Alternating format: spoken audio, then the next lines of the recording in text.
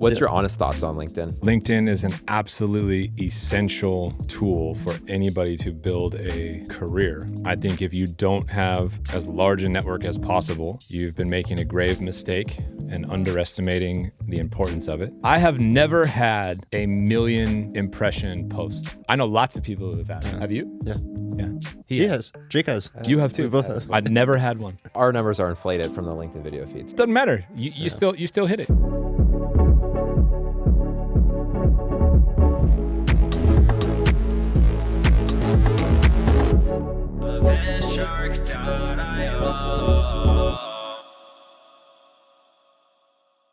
Welcome to episode 4 of the EventShark TV Podcast. Today we are joined by none other than the legendary Scott Leese.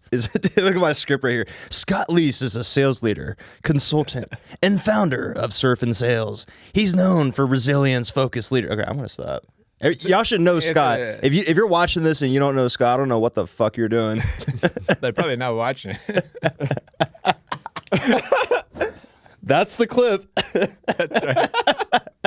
That's all right. You don't have to introduce all the stuff I do. It's obnoxious after a while anyway. Yeah. How do you feel about podcast intros? Why don't we start here? I mean, sometimes I think like you hit the record button and you just like banter a little bit and then the show happens. And usually like the most fun part is the part that is like the throwaway at the beginning. Yeah. Where like you have a little, rap beforehand before you even hit the record button. And then you're like, damn, we should have recorded that part. Or after the show's over, you're like just shooting the shit. Like, damn, we should have kept recording that part. That's kind of how I feel. I want a podcast full of only the pre and the post, like production stuff. Not the meat of it is usually terrible. Okay, so what we're gonna do is we're gonna scrap this. Maybe that's me. Burn the script. We're gonna burn the script. Well, I mean, you know me, I'm a freestyle rapper. I know. So I don't like having a script anyways. True. Right? That's a good point, actually. Yeah. Yeah. How about you guys go off script? I'll try and keep us on script a little bit, but let's have some you fun. have to be the adult. Yeah, you got to be a bad cop. I've been an adult for most of these podcasts. Ding likes to take us on tangents, which will be good. We'll have some fun. So I know. Yeah. Well, you don't like the Maslow's hierarchy of needs? There's a time and place. Things likes to use some educated vocab on our podcast as well. He likes to sound smart. Do you know what the Maslow's hierarchy of needs is? I do. All right. Yeah. Bachelor's degree in psychology shining through. There we go. Putting it to use. I think I learned that in Psych 201 in college. Yeah, so there you go. A little bit. There we go. Now that's a segue if there ever was one. So Scott, how'd you get into sales? I studied psychology and religion of all things in college. I had no mind or aptitude for sales or business or making money or anything like that. My dad is an accounting professor at the university, and my mom was a part-time nurse. So I didn't have any model for sales, business, really like making money at all. I go through college, end up going to grad school. Grad school, I'm studying learning theory, instructional design, kind of thinking like maybe I'll do this like corporate training kind of route. And then right when I finished my degree, I was 22, right before I turned 23 years old, I started to get super sick. And I've talked about this, a bunch. I had a lot of serious health problems. A couple autoimmune diseases popped up. I ended up basically hospitalized for 4 years. Had 9 surgeries at this point in time. 4 of them were major abdominal surgeries, like life-threatening, life-saving kind of surgeries. A couple of them were emergency surgeries. Super scary shit. Was hooked on opioids while I was in the hospital. So eventually when I got quote unquote like healthy, I had to kick off a dope.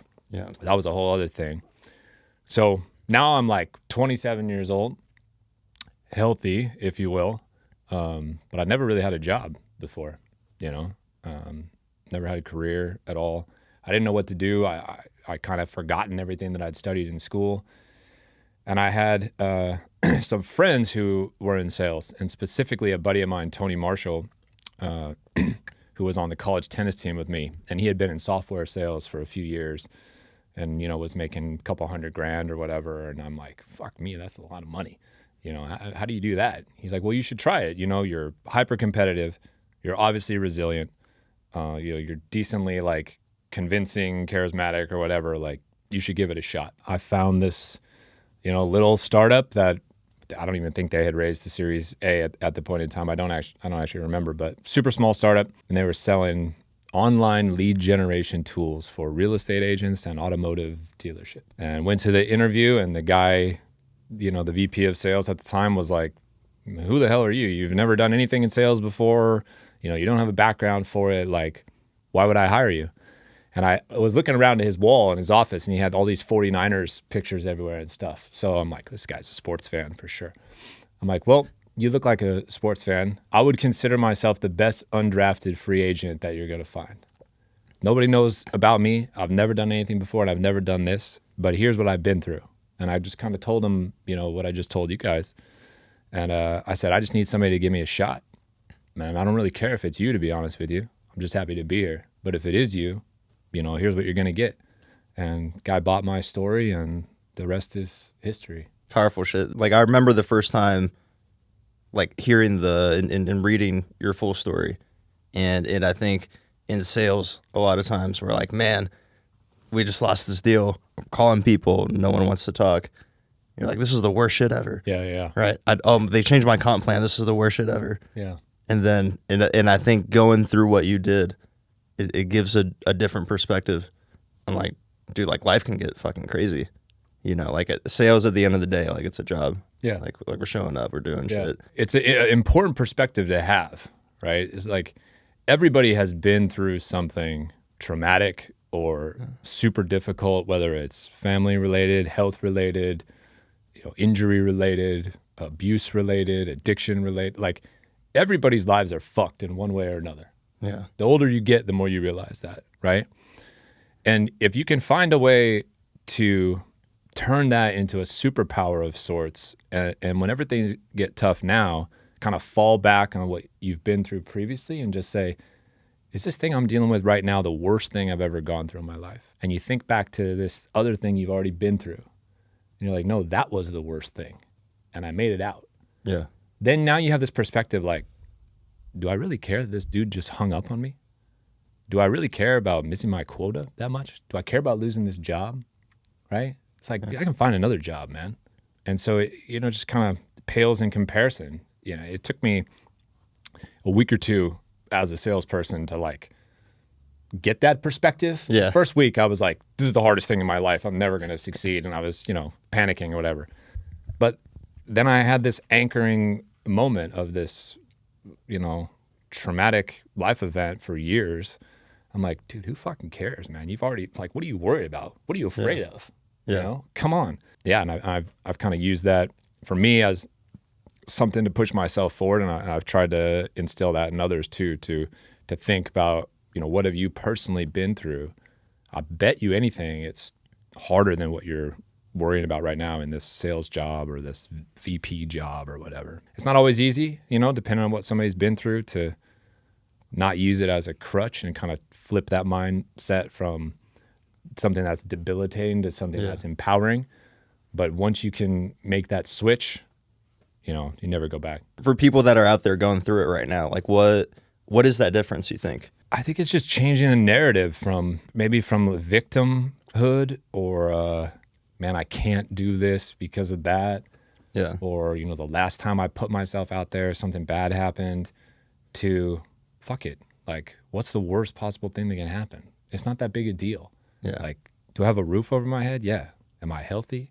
Yeah. Do I have people who care about me? Yeah. Okay. When I started my consulting business, which I took my time before I went and started, but I said to myself, I'm gonna give myself a year. I'm gonna see what happens. I might hate it.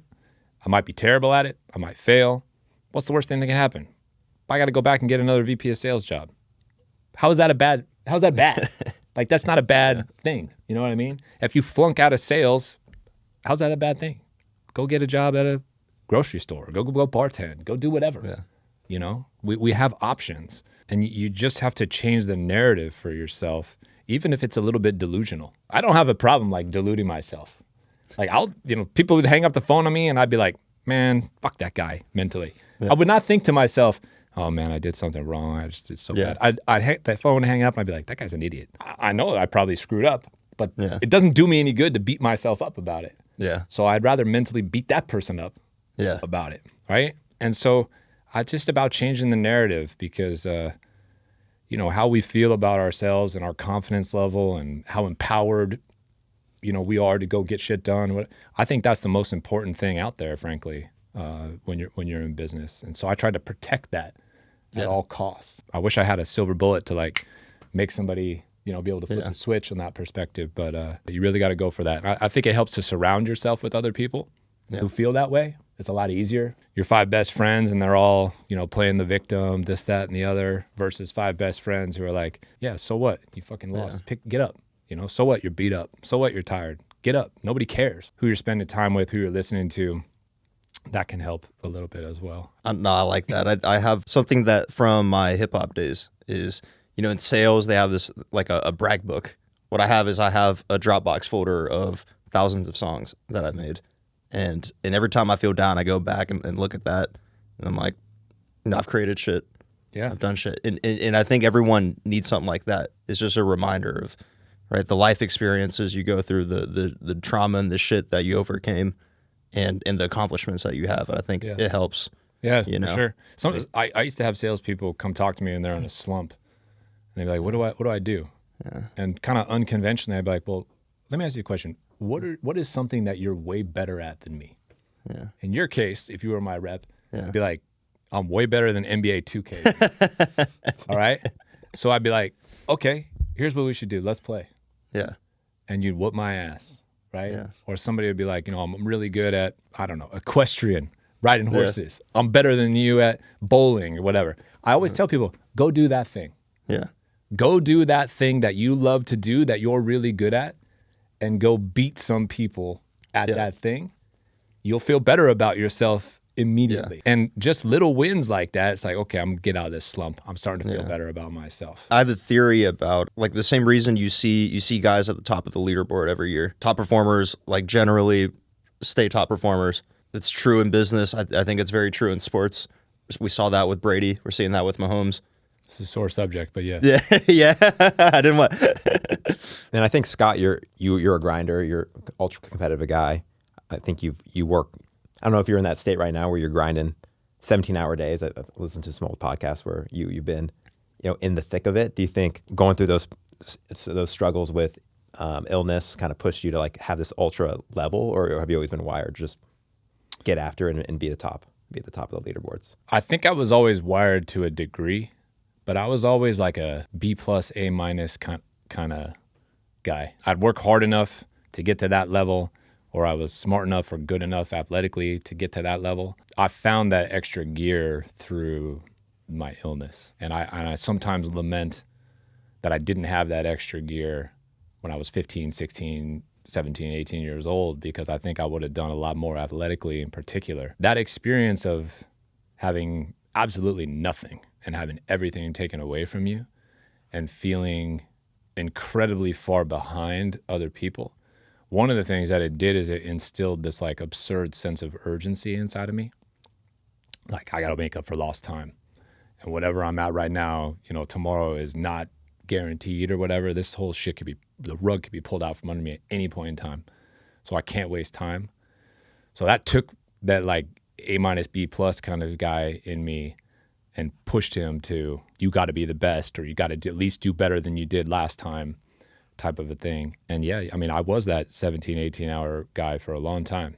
No joke. I'd get in the office at 6 a.m. I'd leave at 6 something at night. I'd work from 9 until almost midnight. Every Saturday when I was first getting started, I was at the office at 9:30 a.m. till 1:30 p.m. and then I'd go surf. That was my routine. And I can't do the math fast enough now, but I figured out like I would work a month and a half for every month that somebody else worked. And I did that for 7, 8 years maybe straight. I'm not doing that now. I'm 47 years old. I can't grind like that anymore, man. Or I don't have the desire to or whatever. And maybe I'm getting better. Maybe I'm getting smarter. Now I'm trying to optimize a little bit differently, but I don't think it means I'm any less motivated.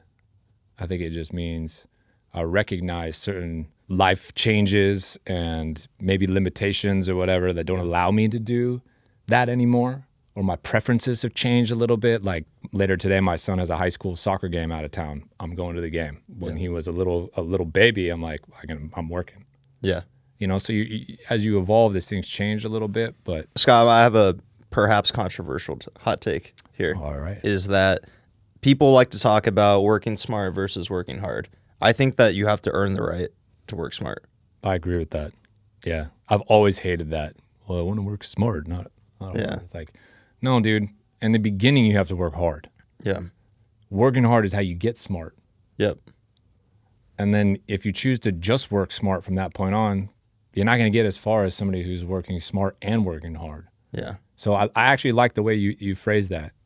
You got to work hard to earn the right to say, I'm going to work smart. That's good. Yeah. Because I think, to your point about, it's not just the knowledge or the skill. Working smart, what people really mean is the compounding effect. You have a lot of different things that contribute to success. And then when you have all of those things in order, the hockey stick shape growth, right? I think that people who have done well and who are experienced have that perspective. Yeah. My concern is people who are early or young in their career or their growth, they use that phrase as an excuse not to work hard at all. They're like, I'm trying to work smart. Like, no, you're actually fucking lazy.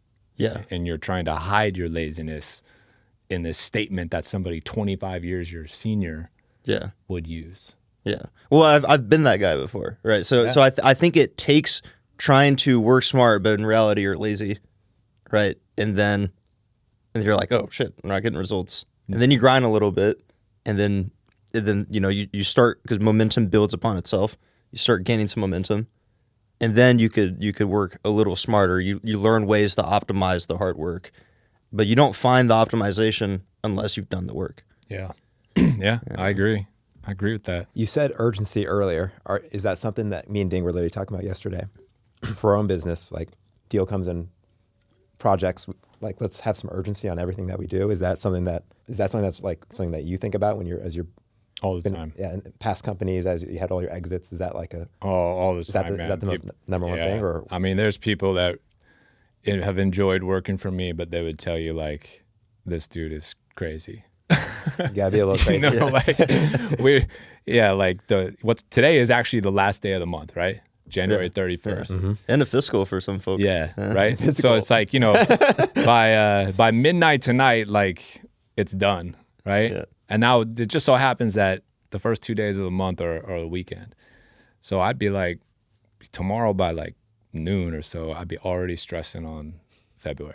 It's like I gave myself like a couple hours maybe to like celebrate, and I'm already stressing. I'm already have the urgency of like, are we prepared for February? How do we get off to a fast start in February? How do I make it so I'm not stressing at the end of February as much as normal? And even now in my business, like if I don't have deals that I feel are imminent, I start like panicking. I'll be like, oh, my whole business is gonna fall to pieces. It's like I'm gonna be homeless on the street tomorrow. Like all of my friends will tell you, I have an unreasonable sort of like paranoia about myself, and I recognize it's unreasonable. I'm scared to let go of that paranoia because I associate it with this heightened sense of urgency to like get shit done. Yeah. Right. And I worry sometimes that I'd lose my edge if I got rid of some of that paranoia. I'm that way about notifications. How long does it take me to text you back when you text me? You're like that. Yeah. People who message me on LinkedIn will tell you I get a lot of messages on LinkedIn. Very rarely do I take more than 24 hours to get back to somebody. You look at my email inbox right now. I mean, maybe there's like 15, 20 messages since I drove here. Everything else is like cleared out. Like I'm just moving like that all the time, and it's what's worked for me. I don't know. I'm scared to let go of that for fear of losing that edge. Totally agree. I mean, I don't know if it's healthy or not. I just know that it's worked. It works. So yeah. It's like the spidey senses, Yeah, it's just always on. Just always on. Always thinking about it. Never want to get too comfortable. Yeah. Don't get too high. Don't get too low. Yep. Don't get too comfortable. Yeah.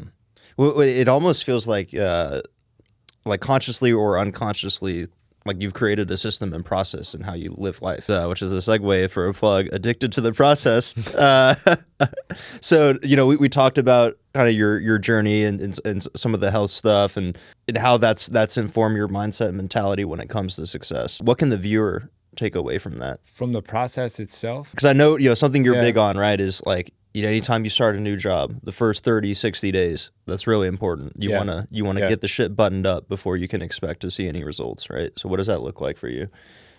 Well, there's a few questions you're throwing at me at once. The process is important because too many people just over tinker. You make a song. If you're not careful, you could sit in the fucking lab and tinker with that song indefinitely without releasing it. Yep. At some point in time, you have to trust, like, this is good. Yeah. Jake, what's my rule?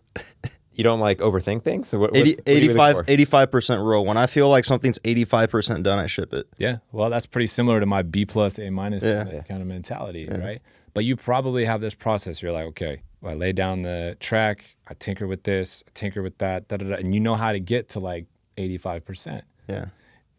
What too many people do is they'll be like, I wonder if I can get to 85% faster doing this. Yeah. Or what if I try this? Or this didn't work the way I wanted to this one time, so I got to scrap this process out. So fortunately for me, I was not built with that gene to like over tinker with something.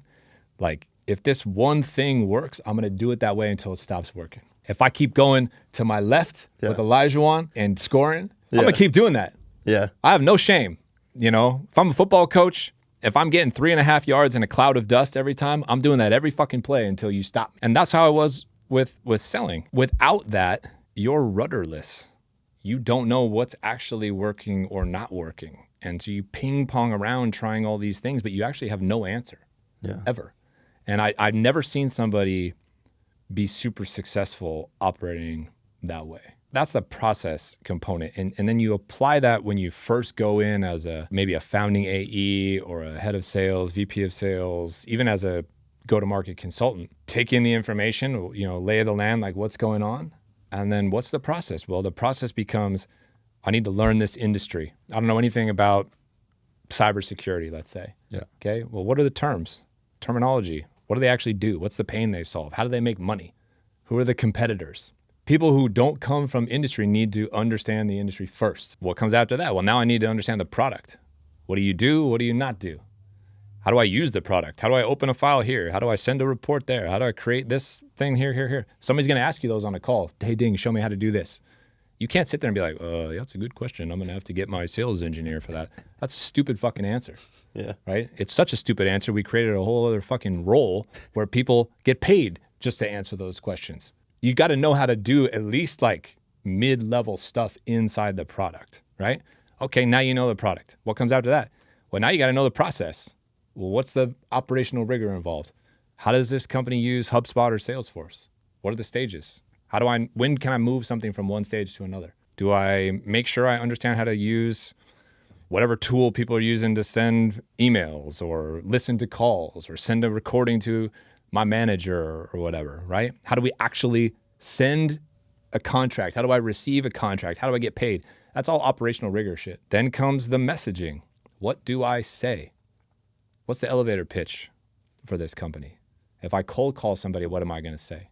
If I run a demo, what things am I going to show straight away versus which things am I going to wait for somebody to ask me about? And then I'm going to show them. What are the objections I'm going to run into, and how does the company want me to respond when I get these particular objections? How do they want me to talk about the different competitors that are out there? That's it. That's 4 things. Every single person, regardless of role, in my opinion, should understand those 4 things. That's not how businesses work right now, by the way. You go get an engineering job, nobody's asking you to memorize like the sales pitch, but they should. Understand the industry, understand the product, understand the process, and understand the pitch and the messaging. That's the first thing to do. That's a formula. And if you apply that every single time wherever you go, you're off to a better start than somebody who shows up and it's like, oh, what are we going to do today? Yeah. Who do I talk to today? Right? What am I going to learn today? And that process that I'm talking about, that's a couple-week process. Could be a month or 2, depending on the complexity of the arena that you're playing in. And so having that clarity of execution, okay, this is what I do first. Well, now I'm not scared. Yeah. I'm not nervous about that. What exists that I can't learn those 4 things? Nothing. The last company that I was a full-time SVP of sales at sold title insurance software. So in the title insurance industry. Can you tell me what title insurance is? insurance to cover your house, something like that? Your title of your house? Better answer than most people. Can you tell me how much title insurance costs? Nope. Yeah. Well, I didn't know a damn thing about title insurance. I couldn't give an answer that you gave 8 years ago when I first started there. In the absence of a plan of attack like that, I might be intimidated or shy away from that and tend to stay to an industry I already know, missing tremendous opportunities because of it. Yeah. But I had this plan. I'm like, okay, this is where I start. So I'm not intimidated by that. Off you go. Now the company's, worth a couple $1 billion, God bless it. I think that's a muscle too, right? Is yeah, sure. The more you do it, the stronger it gets. Yeah. Like one, I think the cool thing about being on the vendor side versus being like a W-2 is you work at a lot of different companies and you got to do it for every person that you work with. Yep. Right. And I think a good term for it is like context awareness, like developing context for each industry. And I think it's really important. And what I love about the way you talk about it is that it's back to basics, right? It's getting the foundation very solid, not overcomplicating shit. Which a lot of people tend to do. They want to do. Yeah. I think they think it makes them sound smarter. Yeah. Maybe justify like a higher price point of whatever they charge or whatever they serve. And you see that every day right now. What's the newest all the rage thing? It's all AI agents and intelligence and all this stuff. And now I see people talking about this go-to-market engineer role. It's like, Jesus fucking Christ. Seriously? Right? Like, now we're letting the nerds come in and take over the job that used to be ready for the people who actually knew how to communicate properly. Yep. It's like, dude, you're over-engineering the mess out of this thing. Like, we're not there yet. Where a data scientist is talking to another data scientist to get a deal done. Yeah. And so you have all these reps, especially younger junior reps, who are trying to learn all this like stuff about email deliverability and all this kind of thing. But at the end of the day, if you can't actually talk to a person, Yep. you're not closing a deal yet. Yeah. You ever seen the meme where it's the bell curve? And I've seen a bell curve before. Yeah, so there's this meme where it's like you have like the really dumb looking guy on one side, the really smart looking guy, and then the average midwit in the middle. And then the dumb people and the really smart people are like, talk to humans and solve problems. And the middle guy's like, email deliverability. Yeah, there you go. Get my tables and waterfall my data. That's what it feels like right now. Yeah, to me. I think we covered a lot of the sales value stuff. So I want to do a little shit talking right now. That's my favorite part. Yeah. Scott, we met through LinkedIn. Yeah. Most of my relationships are through LinkedIn these days. What maybe before that question, what's your honest thoughts on LinkedIn? Oh, we getting spicy in here. LinkedIn is an absolutely essential tool for anybody to build a career, let alone build a business on. I think if you don't have as large a network as possible, you've been making a grave mistake and underestimating the importance of it. I think that it's probably responsible, directly or indirectly, for 75 to 100% of most people's pipeline in business, at least who are like kind of solopreneur types, consultant types, coaching types, stuff like that. And more now, because of the decline of cold calling, more and more now for B2B and for software and tech founders are driving all this kind of stuff.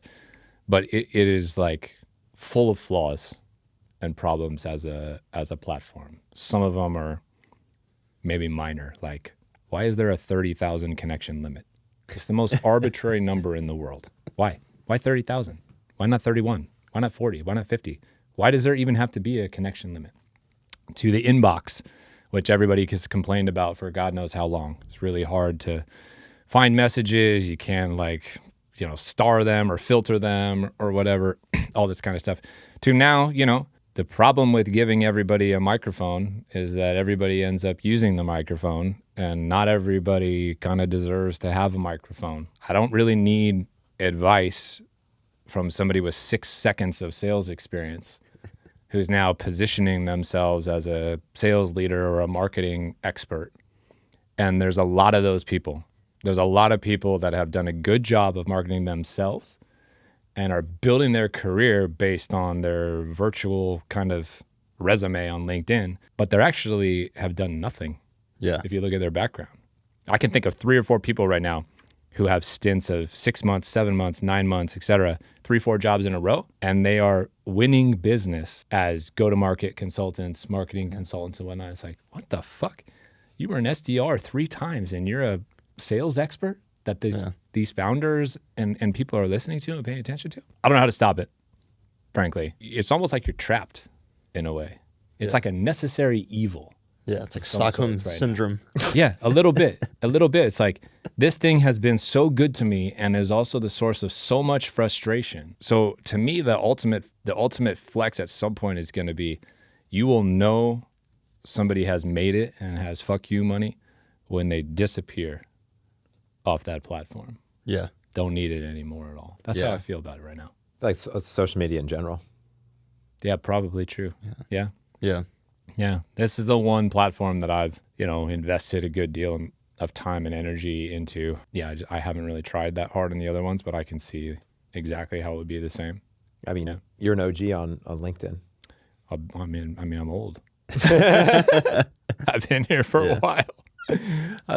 while. Yeah. I think I got serious about building a network 2012, 13-ish.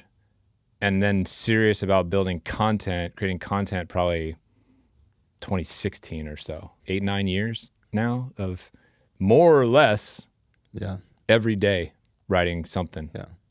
Creating some piece of content. What's the best piece of content you ever written or posted? How do you define best? Personal favorite. So I think there's 2 frames that you can look at it. So one is the one that's driven you the most business or positive impact on your career, and then the other one is the one that you personally like the most. We talk a lot about like content on this podcast, so So just curious because yeah. It's a tough question. One that's driven the most business. If I had to pick one, I guess I might say just kind of announcing that I am going off on my own, and starting my own consulting business and stuff like that. That's a pretty boring answer, but I went from making $400,000 or $500,000 as a W-2 to doing north of 7 figures the very first year. And I've stayed in the low 7 figures with 90-something% margins for 5 years straight. Nothing is going to be more lucrative than that. Interestingly enough, on the content piece, since you guys want to talk about this, I have never had a 1 million impression post ever. I know lots of people who have had it. Have you? Yeah. He has. Jake has. You have too. We both have. I'd never had one. Never. The highest I ever got was like mid 900,000 something. I never made it. Our numbers are inflated from the LinkedIn video feed, so it doesn't matter. Doesn't matter. You still hit it, right?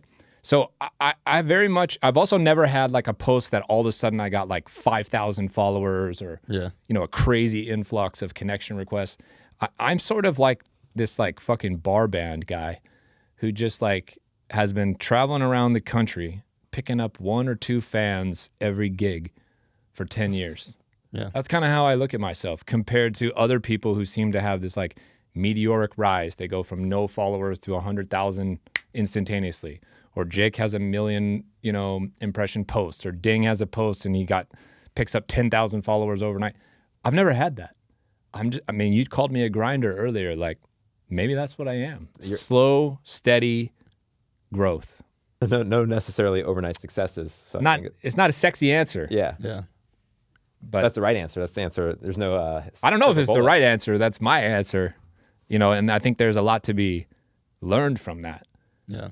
Would I like to have 1 million impression posts? Yeah, I would. Of course I would. Would I like to get 10,000 followers overnight? Yeah, I would love that. Yeah. I don't seem to be able to do that for whatever reason. Maybe I don't create good enough content, but I am proud of like my consistency with it all and the way that I've gone about it. I think that's a good answer in the sense that a lot of people feel like they're failing at content because they're not getting the dopamine of a huge viral hit, right? Yeah. But I think this shows that consistency over time, and I think this is true beyond content. I think this is true in life. It's true in the gym, right? It's true with family and all that. That is one way long term that I don't want to say guarantee results, but it's guarantee you're gonna have movement. You're gonna go somewhere in a direction.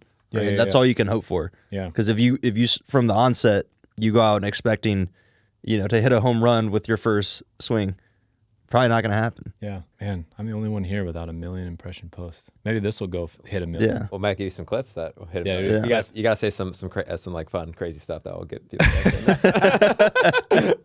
Who's your least favorite LinkedIn creator? No, Oh, I'm I just have kidding. so many answers to that. So many answers. Yeah, yeah. Maybe that'll be my last LinkedIn post. Yeah. Last LinkedIn post. Top surfs off into the sunset. Top 10 worst LinkedIn creators you should avoid.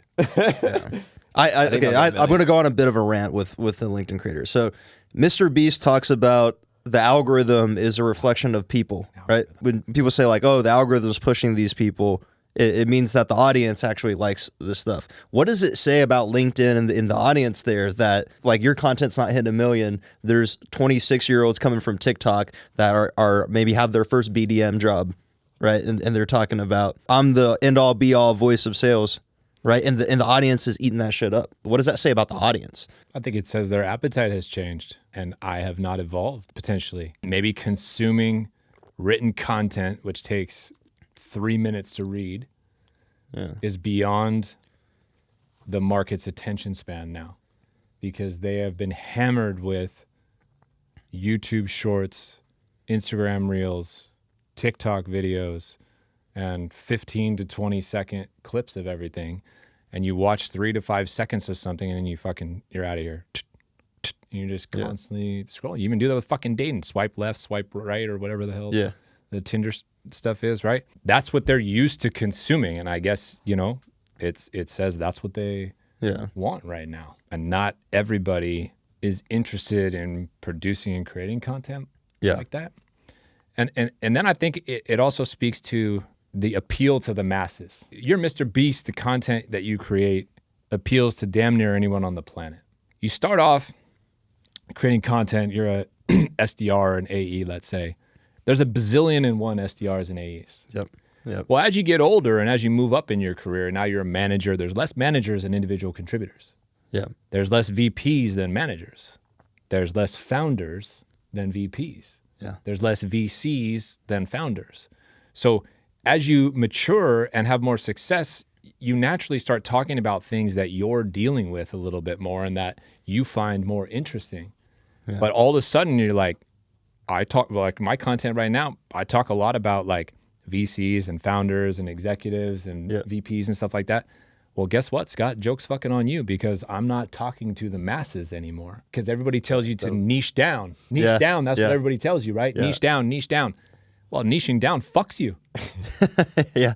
You know what's funny? I've been bitching to Jake all month about this. Because we started this podcast. We changed some of our messaging this year because like I don't sell to SDRs. I don't sell to AEs. So your viewership probably good. Yeah, it's gone down. And I'm freaking out. Impressions are going to go down. Yeah, I'm like, what's going on? But our pipeline's still growing. That's the thing. You start now. You're optimizing not for the vanity metrics of it all. Yeah, you're optimizing for pipeline and for deals and talking to the right audience. Yeah, and as long as that's being filled, as long as your pipeline is full and your belly's fat still, there's no problem. The problem happens if you're doing this and your pipeline starts to dry up and your revenue starts to dry up, and now you're no longer talking to the masses and you don't have the cash and the income to like justify it. And now you're like, well, now what do I do? That's the challenge. Yeah. And so do you go back and try to create different content that is more for the masses and pick up a new type of audience? Bands and artists have this problem too. Yeah. Right? How long is like a top artist's career? Obviously there's outliers who have like 20, 30, 40, 50 year careers, right? Yeah. But think about how many bands or artists that you grew up with who had like a 3 to 5 year period and then they slowly trickle down and they just slowly disappear. And before you know it, they're playing at the fucking Parish across the street. And you're like, Jesus, that guy used to play at, Cowboy Stadium 10 years ago, right? Now he's drawing 200 people. Is the same thing going to happen to creators? Why wouldn't it? Yeah. Why wouldn't it? It's true. I'm the sales rapper is becoming the T-Pain of LinkedIn. That's what I'm saying. I mean, it's unpleasant to feel as the artist, if you will. But like, that's real, dude. Same thing happens in movies. What about the actors who like can't find work suddenly? Yeah. After they've been, a superstar. And that's a hard come down. I bet you if we talk to T-Pain and certain actors, whatever, they really struggle. Yeah. They were in the spotlight forever. Now they're not. That's got to be difficult. A lot of frustration from people who've been successful on platforms like LinkedIn for a long time. It comes from that. Wait a second. What's happening here? Yeah. And now what am I supposed to do? I think it's hard too because I think fans and audience, they want fresh stuff, right? It's almost at odds with each other, like what got you there versus what's going to keep you going. Mm-hmm. Like novelty's going to win out when everyone's on a level playing field. And I think that's the tough part is that, you know, people get known for a message. Like I got known for the rap music video parodies, right? And then I was doing rap for a couple years. I think it got a little stale. Like people were like, we want something different. So now I'm doing, you know, I'm covering the Chili Peppers. I'm doing pop remixes. The numbers are Your going taste back in up. music evolved. Potentially. No, I won't go that far. I get it. I get it. Sellout jingles. It's like Wow. It's like wow. people have heard of, you know, all the same stuff about like cold calling or prospecting forever. Yeah. So the person who's been preaching about that, what do they talk about now? Yeah. You have to find something. I see at least a lot of people struggle with that and they get really pissed off. You know, in the last year and a half, I spent a lot of time talking about how the evidence is undeniable that cold calling and cold emailing are dying. Yeah. I never said that they were dead. I never said you should stop doing it. But I talked a lot about like, you can't ignore this anymore and there's got to be a better way. And like partnerships and referrals and all this kind of stuff. Every single person who runs like a cold calling agency or is a cold call coach or a cold email agency lost their fucking mind. Yeah. And I made a lot of enemies, you know, and I got a lot of people telling me I'm stupid and all this kind of stuff. Yeah. Right? It's like, I get it. They're backed into a corner. Yeah. Their livelihood is threatened. Yeah. They don't know how to evolve yet. They don't know a different message yet. Zero part of that evolution, by the way, benefits me. Yeah. Like, it has made my job infinitely harder that phone and email is deteriorating. You know, and they'd be like, oh, you have an agenda. I'm like, well, what's my fucking agenda? Yeah. This is not easy for me. I'm just calling it like I see it. The edge, if there is an edge, or the differentiator, if there is one, for me, in my mind at least, is I call it like I see it. Yeah. Whether it benefits me or not, I don't know. Maybe that's why people, you know, still pay attention to what I have to say. I have a lot of people who message me saying, you're a voice of authenticity, like you are simple, straightforward, direct, don't care about trends and whatnot, right? Yeah. Not afraid to speak up and out about certain things that you don't like. That's been my angle, but I can't just do that. I'm going to have to change and evolve and do something else and different. Otherwise, I'm going to become irrelevant and obsolete. And I think that's an arc that everybody's going to experience at some point in time in their creator journey, in their entrepreneurship journey, in their W-2 journey, is this battle for relevance, even if you have success and credibility. I mean, even Michael Jordan, you know, when he played for the Wizards, right? Like that's but I think to your point is there. I think when something trends downward, there's two things you can do. You can either deny reality and try and go down with the ship. Yeah, ostrich in the sand. Right. Or you throw, you know, you take the lifeboat, you get the fuck off, and then you try and navigate the waters. There's only one way where you're going to survive. And you know, because the ship's going to go down eventually. So we're coming up on time. We've got about 10 minutes. So I want to talk really quick. You know, the traditional outbound channels are dying, like you said. They're not dead yet, but I was kind of seeing it a few years ago when I was an IC in sales. I'm like, all right, well, I should probably build some kind of brand. And then through that, I was like, oh, content marketing. That's the thing. I've been doing content for years as a YouTuber and artist before that. Let's explore this. Now I have a video company. I'd much rather be doing what I'm doing right now compared to, you know, being an AE right now. Yeah. But part of that is the community that Jake and I, you know, we've built, and that's something you're big on. Go to network. Yeah. Tell me that was your adoption, right? Adoption or change with cold calling dying. Yeah, that was the phrase. It was like, we're not going to market anymore. We got to go to our network. Yeah. We got to go to our network to open up opportunities, close opportunities, that type of thing. That'll close deals faster. It'll close deals with a higher ACV. It'll close deals more in your ideal customer profile, which means less problems and hassle on the back end for customer success. Yeah. And makes it easier for a new generation of sellers who are growing up in a world where they're already content creators, but they're also growing up in a less socialized way where picking up the phone and calling somebody is terrifying and they have no desire or interest to do it. So yeah, that was the phrase. Yeah. I think it's catching on a little bit. I think so. I see people mention it all over the place. Yeah, I feel like it's everywhere now. Yeah, well, not that I get credit for it, but I should have trademarked Scott Leese, go to network, y'all. What do you Boom. Small royalty check, Yeah. 0.01 cent per month. There we go. Hey, we got Like the a whole world on Spotify it. artist. It's like a Spotify check. Man, you're getting streaming money right here. Yeah. We could a bot it. 1/100th of a penny Yeah. per mention. Yeah. What I think is true about that is with all of that will happen without us making a single cold call, sending a single email cadence. This right? is the future. So Or the we're present, living it. should say. right? You're living it Yeah. right now. You're living proof. So I think that's important to share that story when and if you become comfortable doing so, because for all those people that say I'm wrong, right? It's like, well, there's two guys that just did it. What do you mean? You built it from nothing, you know? Yeah. I'm old enough to remember a couple of years ago, having first met you, reading some of your content, and you talked pretty openly about financially like struggling. Yeah. I think because then And look at you now. I didn't have the experience of thinking about myself as a company. And obviously I think, Jake joining me for this new venture with EventShark, like we're about 13 months into it. And it's a different mindset. I think the problem with the sales rapper was I was trying to make a freelancer kind of gig without strong product market fit, where I wasn't solving necessarily a distinct problem for people. Mm-hmm. So I had a brand, but I didn't have my offer right. And I think I figured, that piece of it out. And then everything started working. Yeah. Speaking of small networks or networks or Yeah. intimate events that are in Costa Rica, don't you have a pretty cool event that you do every Like Yeah. community. Yeah. It's We love, so we're EventShark. We love, events. It's in the name. Tell us about Costa Rica.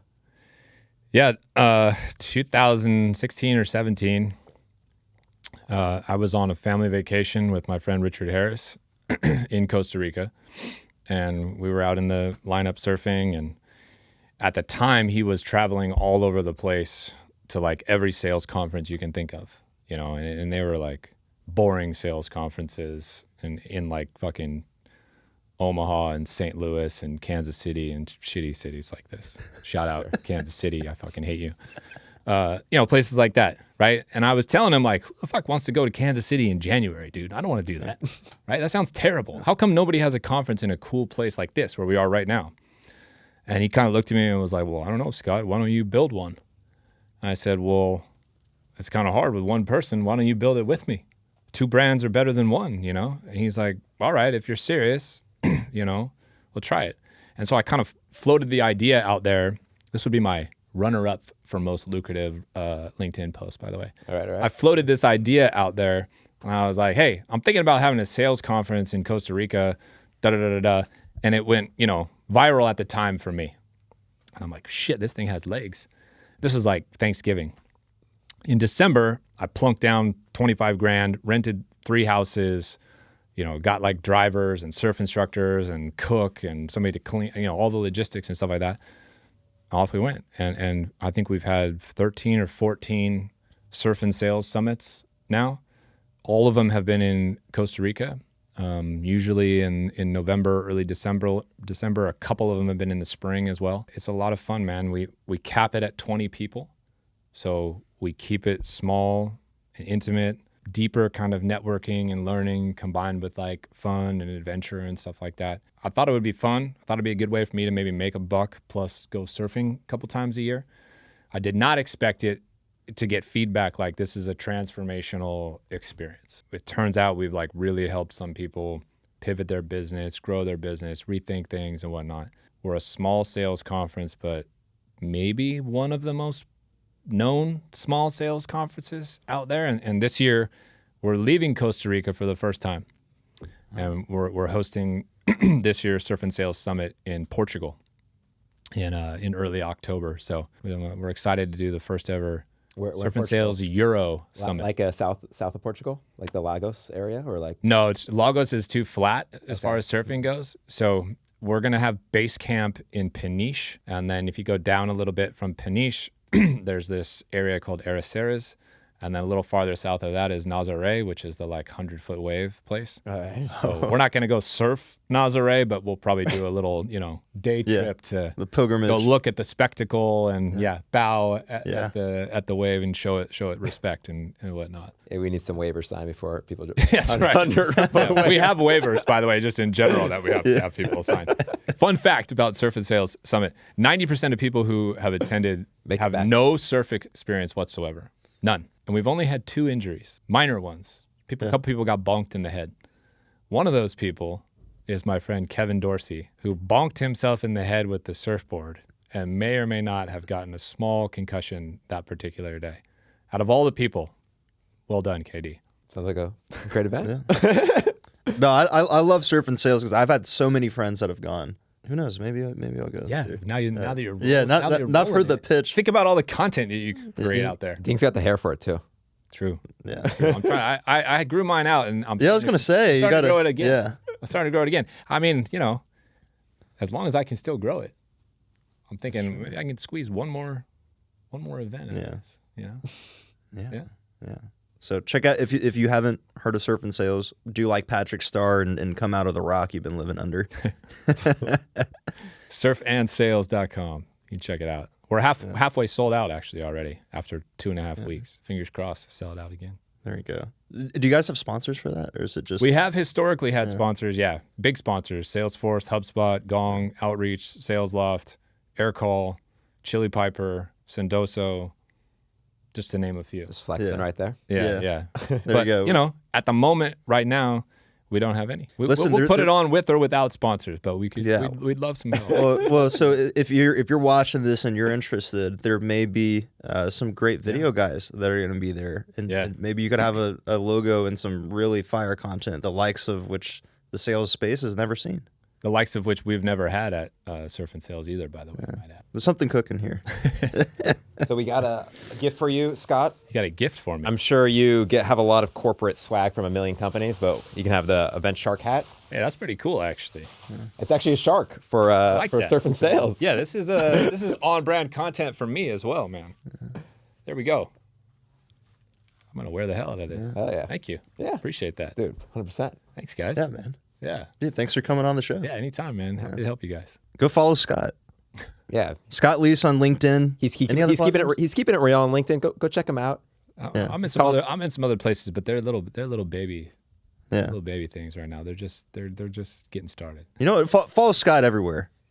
Let's shoot for the moon here. Not like in a stalker way. Yeah, follow him to his house. No, yeah. Not like Follow him to Portugal. Yeah, you can follow me to Portugal. Yeah. We know where you're going to be now. Yeah, it's true. That's true. October 5th through 9th.